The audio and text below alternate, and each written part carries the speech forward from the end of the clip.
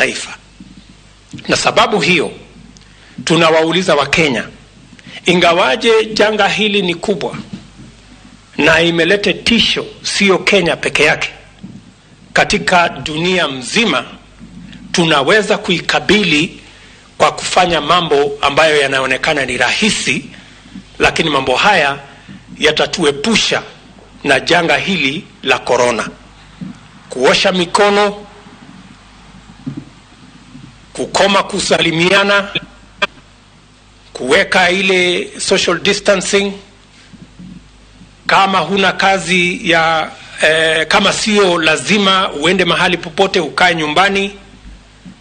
Na wale wote ambao wanaenda kazini, tumewauliza wale walio katika maofisi, factories na sehemu zingine wananchi wanafanyia kazi ama biashara, wahakikisha ya kwamba wafanyikazi wanakuja kazini kwa mbadala wa shift. Wengine wanaweza kuja leo, wengine wakuje kesho, wanaweza kuja masaa tofauti, ndio tuweke ile hali ya kuhakikisha kwamba tunazuia virusi vya corona kuenda kutoka mtu mmoja hadi mwingine, kwa sababu virusi hivi vya corona havina uwezo wa kutembea binafsi.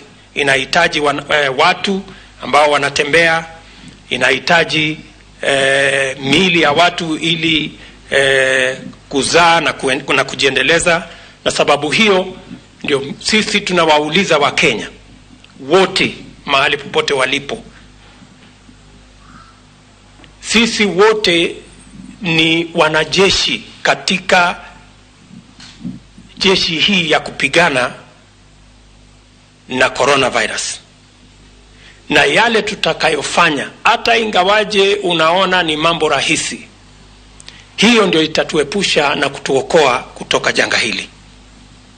Na ndio sababu na wauliza wananchi wote mahali popote walipo, tuweze kusikiza maelezo ya professionals wetu wa ministry ya afya, na tuyafuate kikamilifu kuhakikisha ya kwamba tunajiepusha na tunasaidia katika kukabiliana na janga hili la corona.